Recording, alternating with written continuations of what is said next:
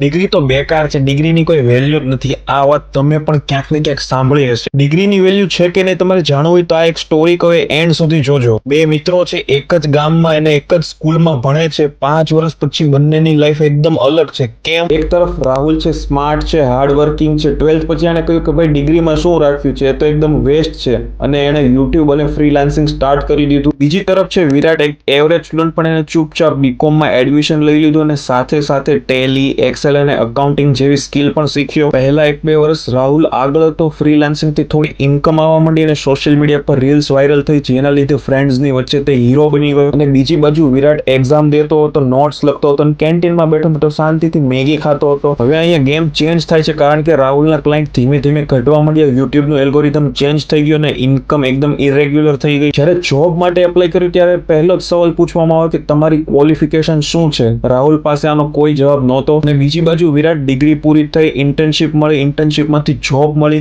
અને 4.5 લાખ રૂપિયા પર એનમનું એને પેકેજ મળ્યું અને સાઈડમાં ફ્રીલાન્સિંગ પણ ચાલુ રાખ્યું. હવે ધ્યાનથી સાંભળજો, આ સ્ટોરીનો પોઈન્ટ એ નથી કે રાહુલ રોંગ હતો. પોઈન્ટ એ છે કે રાહુલ પાસે સ્કિલ હતી પણ બેકઅપ નહોતું, જ્યારે વિરાટ પાસે ડિગ્રી હતી અને સ્કિલ પણ. માટે ડિગ્રી એક સેફટી નેટ છે, ડિગ્રી યુઝલેસ નથી. હવે ઘણા એમ કહેશે કે દુનિયાના અમીર માણસોએ ડિગ્રી છોડી દીધી, તો આપણે પણ છોડી દેવી જોઈએ. પછી એક્ઝામ્પલ આપશે કે બિલ ગેટ્સે હાર્વર્ડમાંથી ડ્રોપ આઉટ લીધું ને આજે $157 બિલિયન ના માલિક છે. ઇલોન મસ્કે સ્ટેનફોર્ડમાંથી ડ્રોપ આઉટ લીધું ને આજે $700 બિલિયન ઉપરની નેટવર્ક છે. આ લોકો ડ્રોપ આઉટ થયા પણ આ લોકો ગાંડા નહોતા. બિલ ગેટ્સ, ઇલોન મસ્ક જેવા બિલિયનર્સ જે યુનિવર્સિટીઝમાં ભણતા ત્યાં સુધી પહોંચવું તમારું એક સપનું છે. તમને તમારા સિટીમાં પણ સારી કોલેજમાં એડમિશન નથી મળતું તો તમે ત્યાંની વાત તો રહેવા જ દો. એ લોકો પહેલેથી જીનિયસ હતા, એ લોકો આગળ વિઝન હતું, પણ તમારી આગળ શું છે એ તો પહેલા જોવો. ઇલોન મસ્ક અને રાહુલનો ફરક શું છે ખબર છે? ઇલોન મસ્ક આગળ રોકેટ બનાવવાનું એક વિઝન હતું, જ્યારે રાહુલ ડ્રોપ આઉટ થયો એની આગળ કોઈ પ્લાન જ નહોતો. ડ્રોપ આઉટ કરો એનો વાંધો નહીં, પણ તમારી પાસે કોઈ વિઝન કા તમારી લાઈફનો કોઈ પર્પઝ હોવો જોઈએ. નહીતર ડિગ્રી ફિનિશ કરો અને સ્કિલ બિલ્ડ કરો. અને સાચી વાત તો એ છે કે ડિગ્રી યુઝલેસ નથી, એ મિથ છે. અને એકલી ડિગ્રીઓ પણ કઈ કામનું નથી, એ પણ સચ્ચાઈ છે. માટે ડિગ્રી સાથે કોઈ પણ એક સ્કિલ બિલ્ડ કરો. આ જ એક અનસ્ટોપેબલ ફોર્મ્યુલા છે. બિલ ગેટ્સ ડ્રોપ આઉટ થઈને બિલિયનર બન્યા, પણ માઇક્રોસોફ્ટમાં ડિગ્રી વાળાને જ એન્જિનિયરિંગની જોબ આપે છે.